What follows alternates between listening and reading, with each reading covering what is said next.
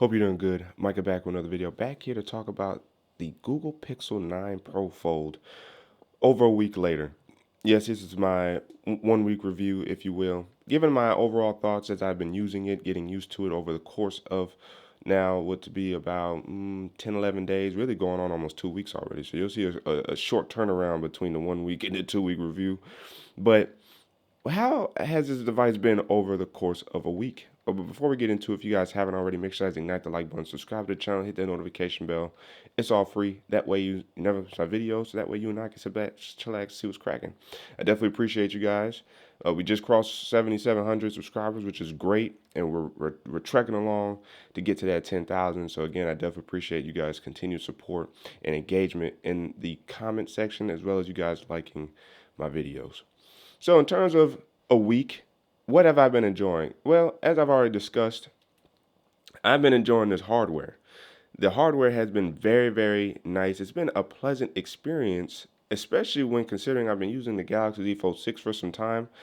And really, you could call it a choice of preference because I have both. I don't mind using both devices, but I've been really enjoying using this device here.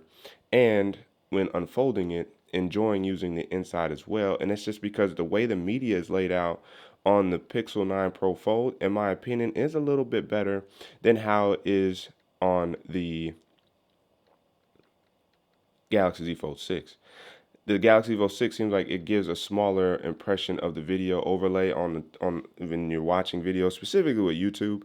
But what's so interesting about the Pixel is like you get way more video coverage, and you really don't even have to go full screen if you wanted to. Like you could just watch it like this without having to swipe up and down. So if I show you guys real quick, I go over to my videos and I just show you. Now my video is gonna be a little slimmer, but just for audio purposes here, let's mute, pull a video.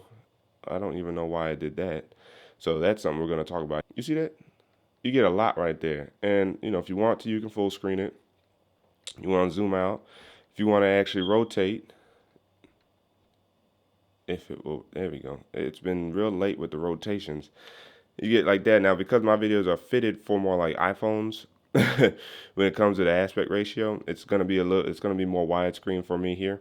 But as you see, it definitely gives you more presentation where you can ignore this down here if you really wanted to. So that's what's actually pretty nice about that. And I like that when it comes to the Galaxy or to the 9 Pro Fold as opposed to the Galaxy Z Fold 6, because to me the Z Fold 6 doesn't give you as much viewing and versatility from that perspective. Not saying that it doesn't, I'm just saying from that video overlay perspective. But in terms of the hardware, just to close out the hardware thoughts, I really enjoy using this device, and the clasp sounds so much more, I don't want to say full, like it sounds more full and it's a little more quiet than the actual folding clasp of the Galaxy Fold 6. Of course, I'm going to compare everything to that because that's been the foldable device I've been using. So when it comes to this device in particular, the hardware is superb. I like it. As I mentioned in that hardware video, if you guys go watch my Pataka case review and my hardware thoughts, I likened the design to like a way better Microsoft Duo experience. Like I get that vibe from this phone as to like what the Duo should have been, and it just couldn't reach this stage, and Google successfully reached this stage. And so just in terms of hardware alone, this device is really, really good, really, really clean. I like it a lot. Now, software is where it gets interesting because this is where I'm not a big fan of the software experience on a Google device, and it's so mind-boggling that we say that because Google's like it's supposed to be like the king of software. It's supposed to be reigning software supreme. And with this device, the software has just been like what?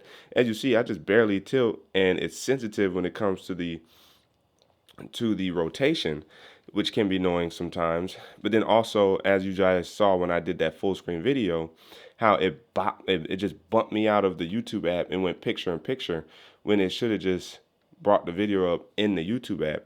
So again, weird software issues from that perspective. I mean, they're not necessarily consistent or constant, but they happen, and you're just kind of like, what are we doing here?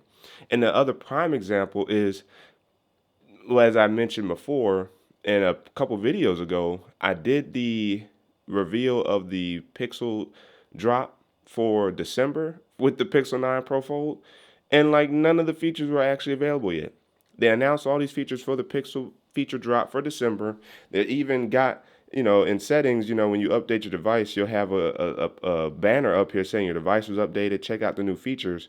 And trying to check out the new features, none of the features were available yet. So Google, you got to get on top of your game. Like, please don't start pulling apples, because Apple will do similar in the reverse way, where they just announce a bunch of features. You can't wait to receive it as you used to in the past when the actual software update would drop. And then you find out, like in stages, a group of those features will be available. You're like, oh, okay, hold up. Don't announce all of them right now. Then just announce the ones we're going to get as soon as the software hits our phone. Google decides, here's all the software updates, and then they're not going to actually be ready on your phone yet, but they will when we decide to activate them. And you're kind of like, no, no, no, no, no, whoa, whoa, whoa, hold up. I want to be able to use that recorder feature now. You said it's available with this feature drop update. Why is this feature not available now? It took like a day or two for that recorder functionality to actually pop up on the phone.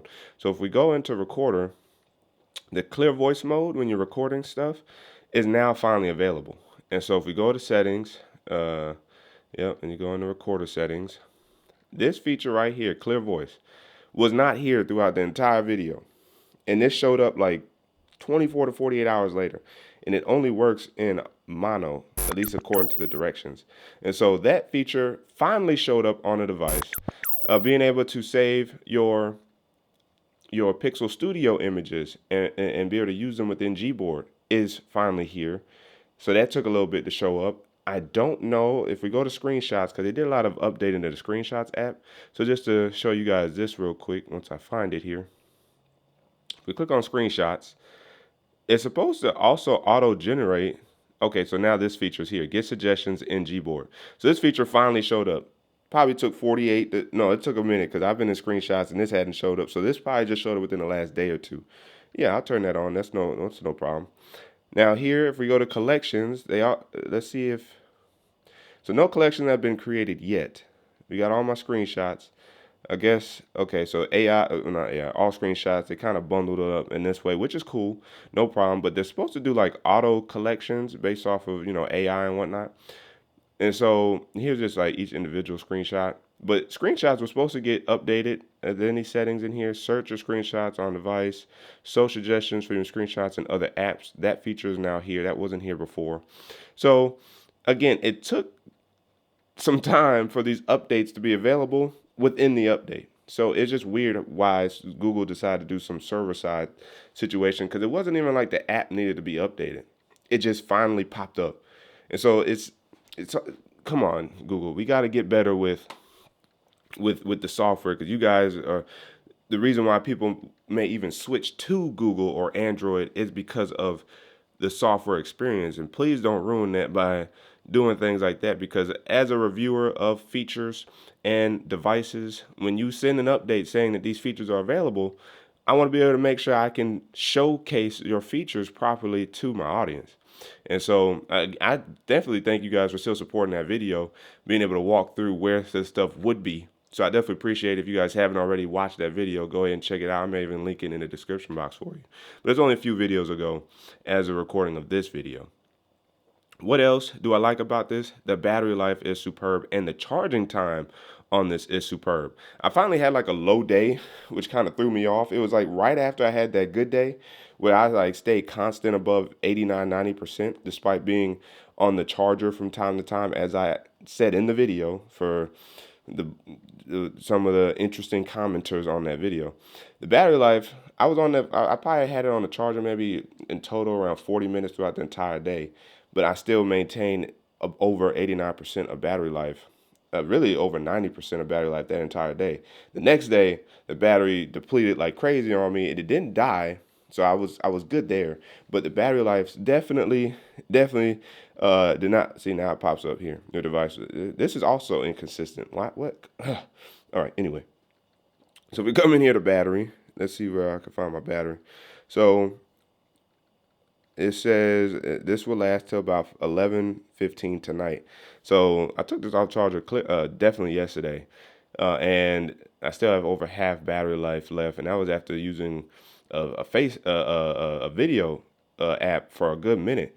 So that's really good to see. Now, if I check my overall usage, as you see here, now interesting, they don't really give you the time in which your battery will last, but it says screen time since last full charge has been 4.5 hours, so that's pretty nice. But they don't, unless that was an update that I missed out on, they don't really tell you how long your battery life lasts anymore, unless you have to click on it, but it's not saying. So overall, that's what it looks like from a graphical perspective. 3 hours and 11 minutes for Monday. Very interesting to say the least when it comes to battery life. And to me, ultimately, it doesn't matter because although my battery is alive and I'm able to use it, it's not a big deal. So that's all I really have to say about it. Like, it charges really fast. Like, if I'm down to 10% and in 10 minutes I put it on a charger, a wired charger, I'll gain 6 to 10% within 10 minutes.